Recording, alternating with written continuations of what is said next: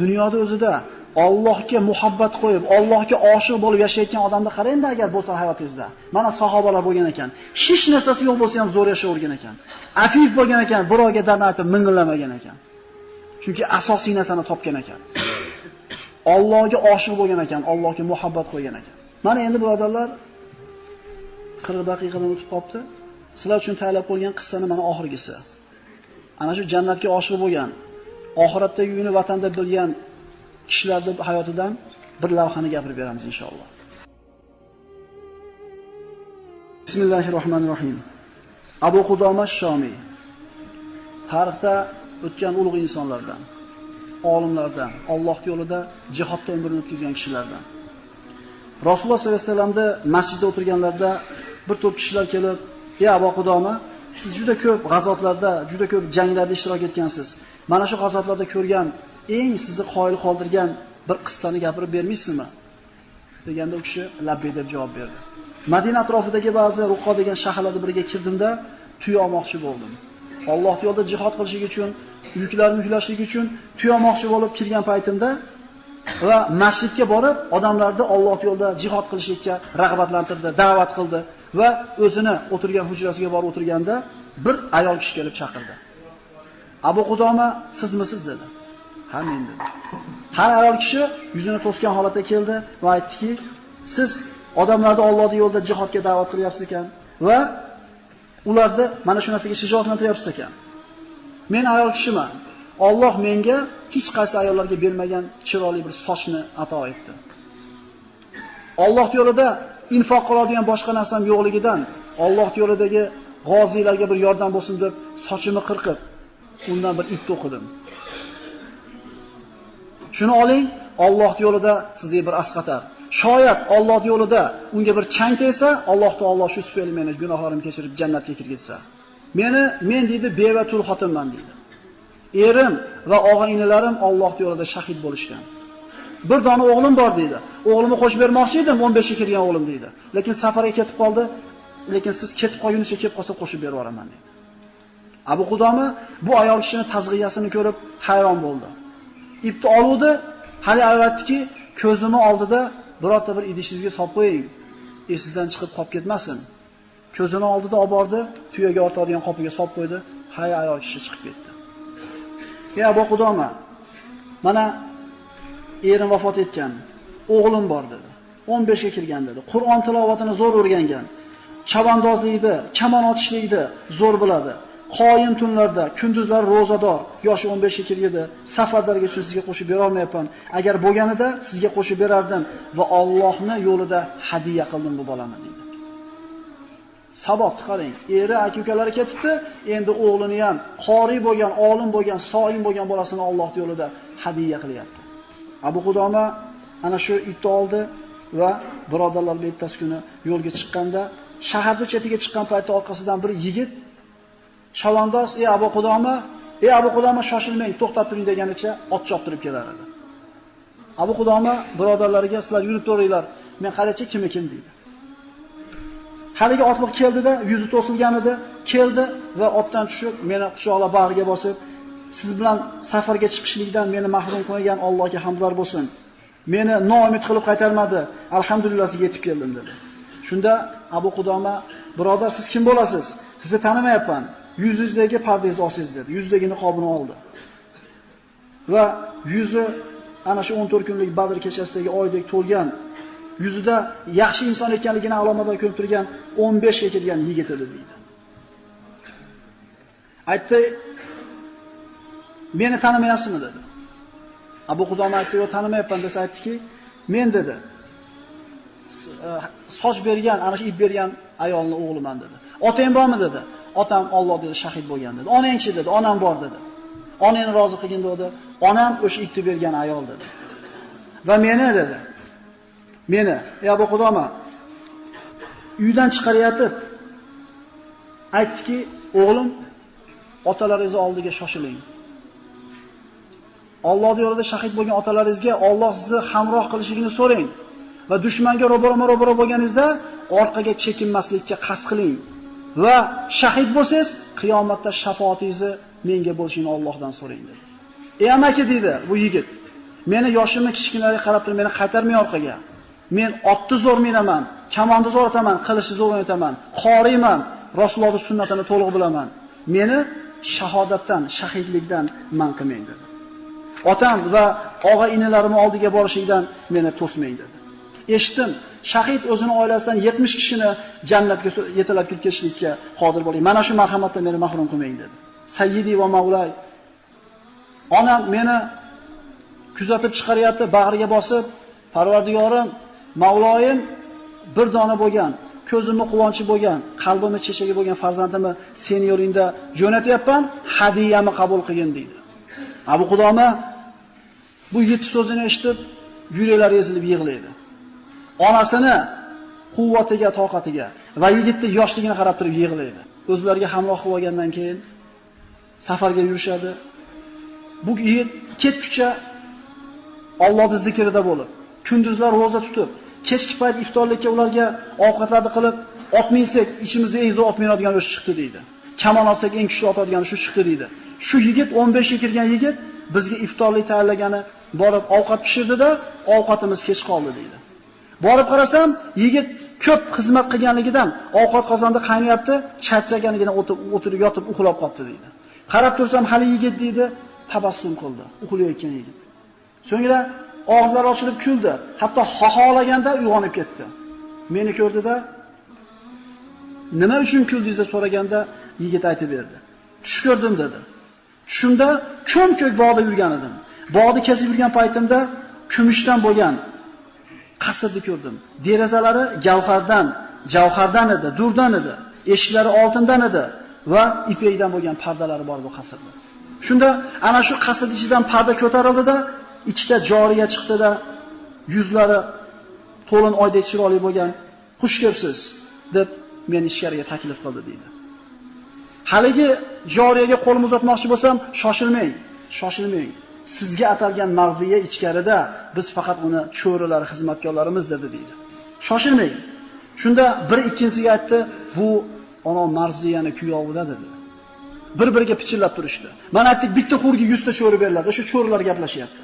Marzi ichkaridagi Marziyani kuyovi shu bo'ladi deb bir-biriga pichir qilishdi. Ichkariga yetalab olib kelishdi meni deydi. Shunda ichkariga kirdim va ro'paramda bir oltindan bo'lgan qasr bor edi. Qizi oltindan bo'lgan qasr, uni oq kumushdan bo'lgan so'risi bor edi. Ustunlari bor edi, olti dur gavharli bezalgan. Ustida xuddi go'zalligi quyoshdek nutarab turgan bir xur o'tirardi deydi. Shuni beryapti bu yigit. Agar Alloh sobit qilmaganda aqlini, aqldan ozib qolishlik darajasida chiroyli, so'z bilan ta'riflab bera olmayman uni deydi. Oldiga bordim, borganimda aytdiki, bu xur marhaban bek va ahlan va sahlan ya valiyallohi va habibuhu. Ey Allohning do'sti, habibi, xush kelibsiz. Men siz uchunman, siz men uchunsiz. Uni qo'limga cho'zib bag'rimga bosmoqchi bo'lgan paytimda Allohga qasam, ey Allohning do'sti, siz uchun bunday xunuk ish yarashmaydi. Siz bilan uchrashuvimiz ertaga peshinda dedi. Shunda xursand bo'lib, kulgan uyg'onib ketadi. Birodarlar, bu rivoyat emas bu. Abu Qudoma, ey habibim, juda yaxshi narsani ko'ribsiz. Inshaalloh bu yaxshilik dedi. Va tong otganda dushman bizga hujum qildi. Biz hali o'zimizni epaqaga keltirgunimizcha hali yigit otini mindida ular ichiga qarab kirib ketdi. Bir qanchasini o'ldirib ular orasiga kirganda orqasidan ot choptirib kirdim va otidan ushlab tashqariga tortdim. Bolam, sen yoshsan, urushda makr hilasini bilmaysan, ichkariga tortib turib seni shahid qilishadi. Qayt orqaga deganda u yigit aytadi: "Ey amaki, axir Alloh taolodi, agar sizlar dushmanga ro'baro kelsanglar, orqalarni qilib qochmanglar degan oyatni eshitmaganmisiz?" deb oyatda gapirib turganda dushman hujum qildi, biz ikkiga bo'lib tashladi. Jang tugab, ikki qo'shin tarqagan paytda yaradorlarni qidirdim, shu yigitni topishlik maqsadida. Ana shuni eslab yurganda otlarni o'liklarini ostida bir yigit turardi. Ey amaki, Alloh tushimni rost qildi" degan yigitni ko'rdim. Qo'llari singan, yarador bo'lgan, yuzlaridan qon oqqan, loy bo'lib turpoqlar betiga solib kelgan holatda yotardi deydi. Yugurib bordim, turpoqlarini, loylarni ko'ynagim bilan artsam, "Amaki, ko'ynagingiz bilan artmang, o'zimni ko'ynagim bilan arting. Chunki shahid bo'lgan o'g'lini kiyimini qonga belanganini ko'rganda onam ishonadi. Amaki, men sizga kecha aytib bergan xur boshimda turibdi" deydi. Ustunda turibdi, ruhimni chiqishligini kutyapti. Ey Allohning habibi, tezroq chiqing, men mushtoq bo'lib kutib turibman sizni deyapti deydi shunda. Shunda Hali bolaning yuzidagi qonni artib turib aytadi: "Ey bolam" deydi.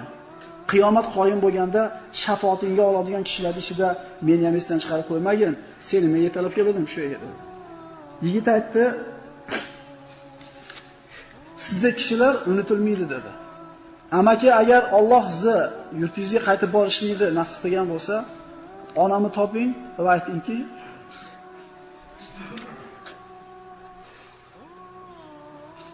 Alloh sizni hadiyangizni qabul qildi. Alloh duoingizni ijobat qildi. Sizdan akam va inalarimga salom aytaman va Alloh huzurida shafoat qilishini Allohdan so'rayman. Va uyga borganingizda amaki 10 yashar singlim bor deydi.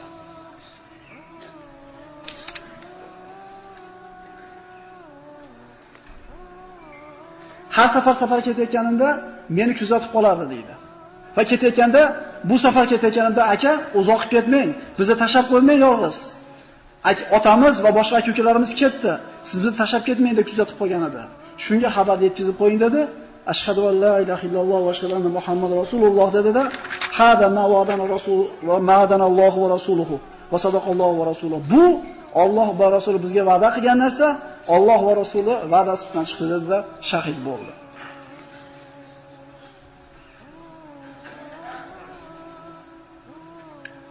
Kiyimlarni oldi bu Qudoma va jihoddan keyin yurtiga qaytib bordi. G'amim deydi, ana shu xonadonni topishligida.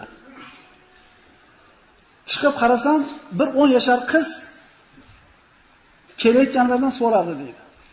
Qayerdan kelyapsizlar? Ha, jihoddan kelyapman. Qaysi yurtdan? Falon yurtdan. Men akam ham ketganini ko'rmadinglarmi akam? Kutyapti akasini. Bordi, so'radi. Kim edi akang? Akam falonchi edi. Uyiga yetalab bordi. Hali ayol Abu Qudomani tanidida, "Ey Abu Qudoma" dedi. "Siz menga xushxabar bilan keldingizmi yo ta'ziya bildirgani keldingizmi?" Alloh rahmat qilsin sizni. Xushxabar nima-yu, ta'ziya nima? Agar siz o'g'lingiz dushman bilan ro'baro bo'lib, orqasiga qarab qochib ketdi, o'g'lingiz shahid bo'lmadi desangiz, bu ta'ziya bildirganingiz bo'ladi. Yo agar Alloh meni hadiyamni qabul qilgan bo'lsa, bu xushxabar bo'ladi dedi. Unda xususan bo'ling, Alloh sizni hadiyangizni qabul qildi. Shunda singlisi eshitdi shu gapni-da, bitta dodtadi-yu, shu yerda taslim bo'ldi joni.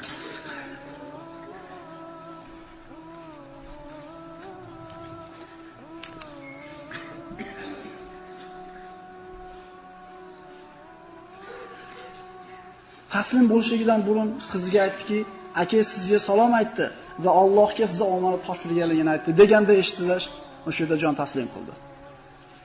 Onasi bolasini ko'tarib ketdi, rivoyatlarda keladi, ichkariga kirib ketdi, eshikni bekitdi. Abu Qudoma javobni xayrlashish uchun kutib turdi, chiqmadi. Kirsa, onasi ham shu yerda jon taslim qilgan bo'ladi.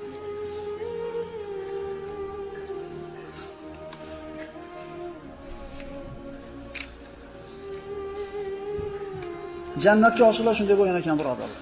Alloh yo'lida erini, og'aynilarini fido qilgan ayol Allohning bir didoriga, jannatiga yetishlik uchun bir dona o'g'lini Alloh yo'lida qurbon qilgan ekan. Ya'ni har qanday bir ulug' inson orqasida onalari turadi. Onalari qanday tarbiya qilsa, xuddi shunday bo'ladi. Siz bilan biz erkak kishilar ko'chada yuramiz, qonunni boqish kerak, ustini qilish kerak deymiz, tarbiyasi bilan beparvo qolamiz.